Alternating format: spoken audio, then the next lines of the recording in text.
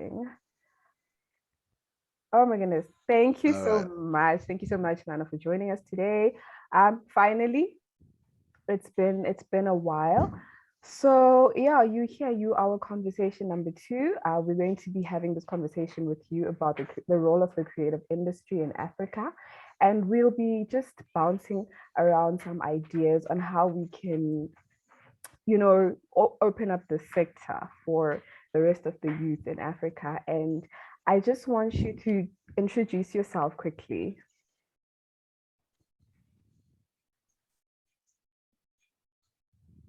Yeah. So I'm right here. I feel welcome already. Or you can introduce yourself, tell us where you're from Um, and what you do if you like. okay. So I'm Nana S Achampong, and I've been doing media almost all my mature life. And I'm from Ghana. I live in Accra now. And at the moment, I teach at African University in Accra, where I teach journalism and a bit of culture in the mid in between all that. And I write a lot, and I've got about 25 books 25 published bucks. already. Yes, ma'am. And at the moment, I'm the director of the Ama Ata Aidoo Centre for Creative Writing, and basically that's what I do in Accra now. So I'm excited to be here. I'm excited to have you here. So, you've published over, I think, 25 books. So number Yes, I'm 26, about yeah, 27th now. Yeah, number I'm working 26. on two at the moment. So yeah, Oh, really? Oh, okay. But yeah. ours is coming soon. Don't worry. Add that to the list. So we are coming very, very soon with ours. And could you please share with us what are you passionate about? Um, I'm passionate about freedom, independence, the ability to think, act, do things that are pure and pristine from your soul. I'm passionate about individual rights, and because I'm African, individual cultural rights. I'm passionate about being a person being themselves. I think the Mm. best and highest comes from understanding who you are and having the ability to express your highest of who you are. Amazing. I like what you said about independence because I think especially with the history of Africa, independence is something to actually be very passionate about and being very much aware of it. So I love the idea of independence as well as freedom. Freedom is a journey. It's I also feel freedom is a form of expression. So you being passionate about freedom also actually resonates with what you do, as a writer, as somebody who's in media. So it all ties in. And I wanted to also find out, why do you love the African continent? And what do you love about it? Okay, so I've lived, I'm 55, 56 now, and I've lived almost half of my life on this continent. And I've traveled to a lot of countries, and on this continent, I've done a bit of the East, I've done a bit of the extreme left, the West, and I've done the center and the North.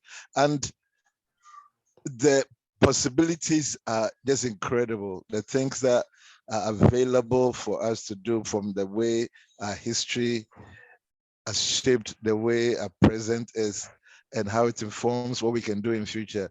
I know there are problems with colonialism, there's problems with imperialism, there are problems with bad governance and natural disasters and all these things. But Mm. out of all that, I see so much that we can do. I'm very hopeful, and everything inspires me, everything around. So Africa is probably the only place where I am, and I've been to almost every continent on this earth.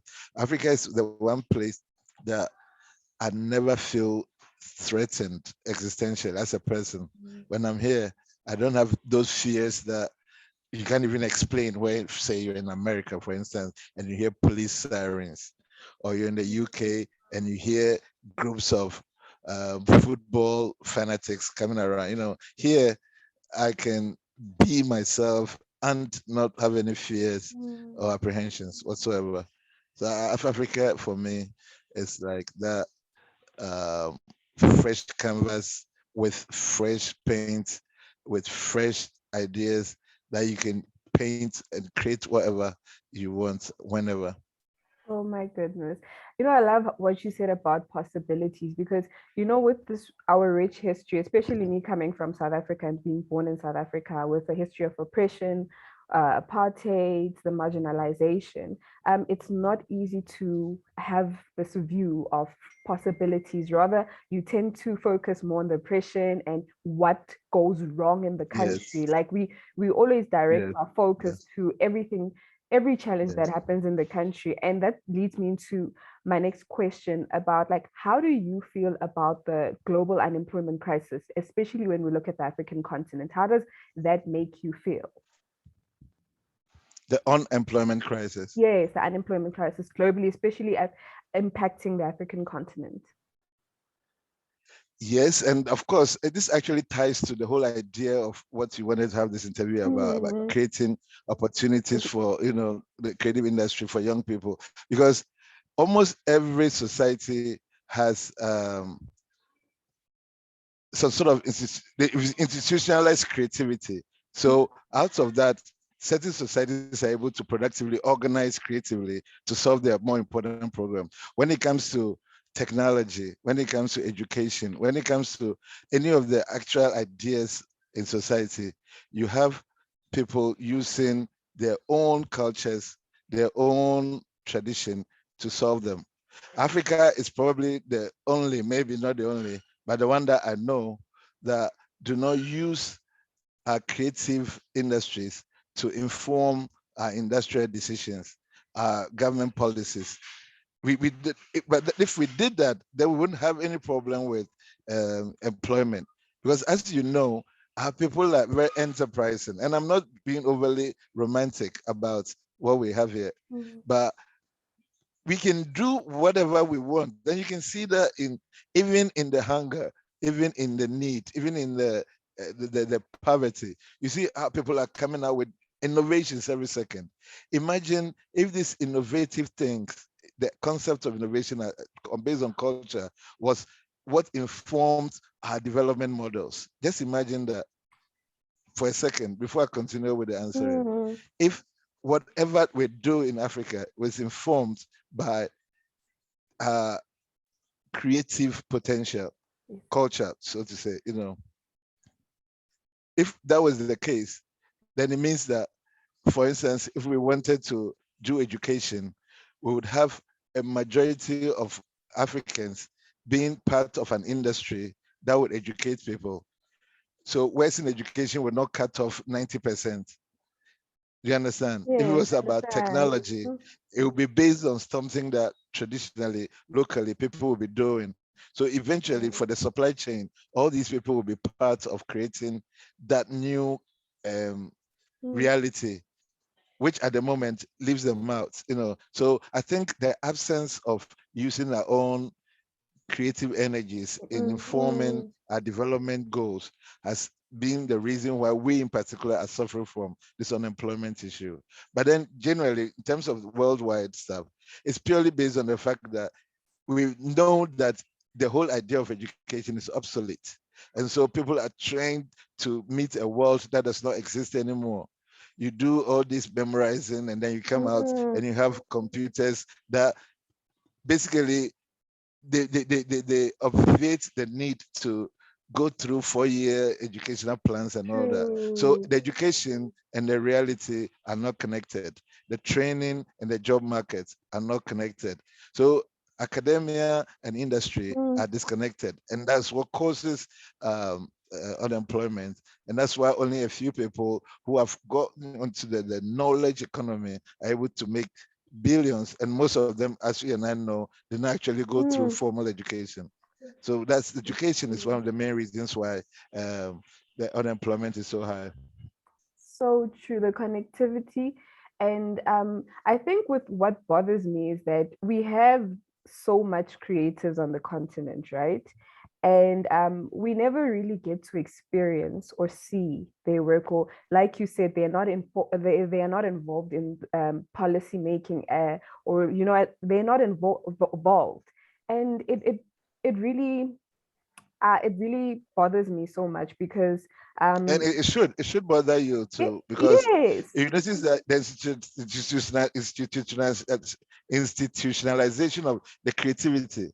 It's what explains why certain societies are able to productively organize to solve their most pressing problems. If they want to raise money, they can decide that they're going to create war. And it's not because they're warlike, but that is creatively what they can do. Some people decide to go to space so that they create economies that will beef up for the next 20, 30 years. We are not we are not institutionalizing our creativity. We are But not as soon at as we do that, all.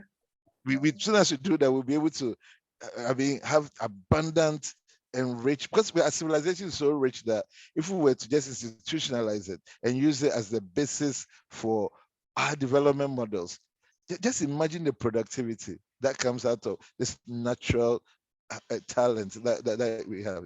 Sorry, I had to cross you for that. No problem. Like, I can only imagine, imagine if we could just leverage off this amazing sector, because, when you look at, like, I'm from South Africa, and it's so stressful when you walk out the door.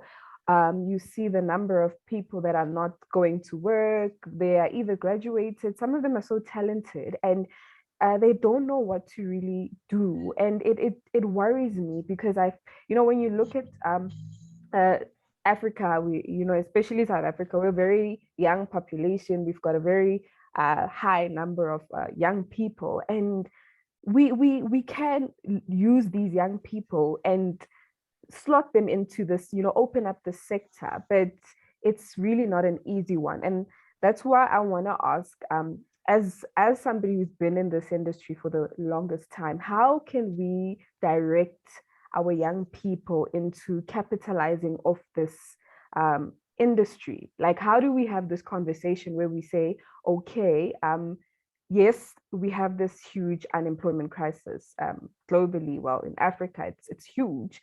However, we've got a sector in the creators that we can leverage off.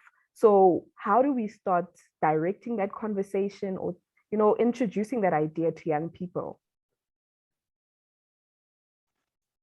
Okay, so government has a lot to do in that regard, because they have to create an environment that supports exactly what you're saying. But we have to ask ourselves some basic questions. Um, can a development model that does not take into account a culture that has existed for so many hundreds of thousands of years, can it be applied sustainably to any industrial sector? If the question is no, then we know we have to be looking at another way of doing it. Now we have to also ask ourselves, in what ways have current development models overlooked the role of culture and civilization? All these, they predate development paradigms of our time, but in what ways have we ignored this? We have to ask ourselves that, what are the best ways to combine culture and civilization with creativity and innovation? These are questions that we need to be doing in school, think tanks there. What can creativity of our youth, how can it be transformed into culture-based innovation? How can such synergy be translated into development outcomes? How do we do this? We talk about entrepreneurship. How can we synergize creativity into development outcomes? And then once we understand this, we can insist that government get involved, because the creative industries are a key sector for facilitating how we operationalize new perspectives and technology. I'm sure you agree with me. I agree. And to make it sustainable, as a national development strategy. Now, to do that, we need to promote the development of cultural assets through the creative industries. I mean, we need to create competition that enhances and harnesses that environment. We need to demonstrate, like if you look at Europe, you look at the United States, you look like some of the emerging economies like Brazil, India, China. I mean, they're showing you how creativity and that cultural industry the creative arts industry is changing things. Look at Rwanda. The creative arts industry sector is one of the national cultural heritage policy pillars, and they're dynamic in the country's economy, and you look at this and say, you wonder, to your question, what must we do? We must identify traditionally the cultural products and services which require creativity and innovation, you know, and these things are the ones that we do not need to outsource. We don't need to outsource those, because of that, we can enhance the capacities using our local markets. So if, for instance, if you're into advertising, you're into any of the arts, architecture, crafts, design, film, audiovisual, agri-business, the fabrics, you don't need China or anything. If we were to deliberately decide that the skills identified must not compromise the traditional cultural heritage of a region or a country or the geographical area. Just imagine that supply chain, how we can bring all these people inside. They're now unemployed, or this they fancifully called the informal sector. But this is what should carry our system. So we need an industry that would include the subsectors that offer the potential for wealth and job creation. And this, as I said, should have all those things that at the moment we're depending on outsiders to provide for us. Oh my goodness. You mentioned something very important as well, identify. I think what is Yeah. lacking is that you're right when you speak about identifying. Nobody is, or let me say, we're not identifying. And I think that's what frustrates me, that we are always trying to uh, decrease or sort out, address unemployment by I don't know what approach do we use, because for me it doesn't make sense. Oh, create jobs, create jobs, create. We always create jobs, but like nobody's identifying a sustainable. We need sustainability in the process, because it's pointless where we create jobs and these jobs are not sustaining these young people. And I am of that view, because I'm of the view that we need to really create sustainable jobs, especially in the creative industry, because like you mentioned, um, culture is lifelong. It's lifelong, and us utilizing our cultural heritage is something that could put us very high on the Excuse me, global map. please. You see, I mean, please. Yeah. Yes, so Sorry. it's no problem. It's that we are not we are not identifying, and we are taking for granted where our culture can put us on the map. Because if you think about Africa as well as a continent, imagine the countries, our countries, where if we leverage off our cultural sector, where will this put us on the map globally? Just Like we imagine. just imagine, it would be amazing. And this is my last question. Any advice for young Africans on the continent, who are unemployed, who are creatives, who are trying to take themselves, get their work out there, or who are trying to enter the job market? Yes. Advice. The real shame here is that ideally, governments and leaders are supposed to create the environment that enables the young and the up and coming to thrive. Unfortunately, I'm sorry, but they're all rubbish, and they're just focusing on paradigms that are dead on birth, at birth.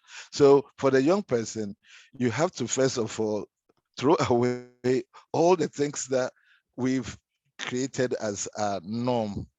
So when they talk about the new norm, we should just throw away everything that we take for granted. The things that go to school, when you finish school, you get a job. That's absolute rubbish. Do what you like doing, but base it on something that is cultural. So if you want to do space travel, do go back to Dogon, Mali, listen to what the ancients say and follow it up. If you want to do sculpture, art, Zimbabwe and stoneworks, these things are there. So let's all that rubbish that our parents lied to us about, work hard, go to school, absolute rubbish. For the young person who wants to be a master of their own destiny, focus on the thing that inside you like, and then ground it on the roots, on something cultural. You cannot lose. Thank you so much. I like Thank what you you. said. I like what you said about the forget about what our parents said, because that's Yeah, another story for another day. We really need to start unlearning old ways of seriously. thinking, old ways of Yeah. learning, and yeah, our parents have contributed to setting us back in a way. Dysfunction. Yes, our dysfunction. Thank you so much. Can you just please tell people in Ghana, in Tree, to please subscribe? Okay, Chi. Yes. When I want to share Miss the Queen Peeway's website, subscribe to the YouTube channel. Thank you so much, Nana. I Welcome, really Peeway. appreciate. Thank you. We'll talk very I do. soon. Thanks for having me. Yeah, I'm Thank looking you forward so to much. Thank it. you.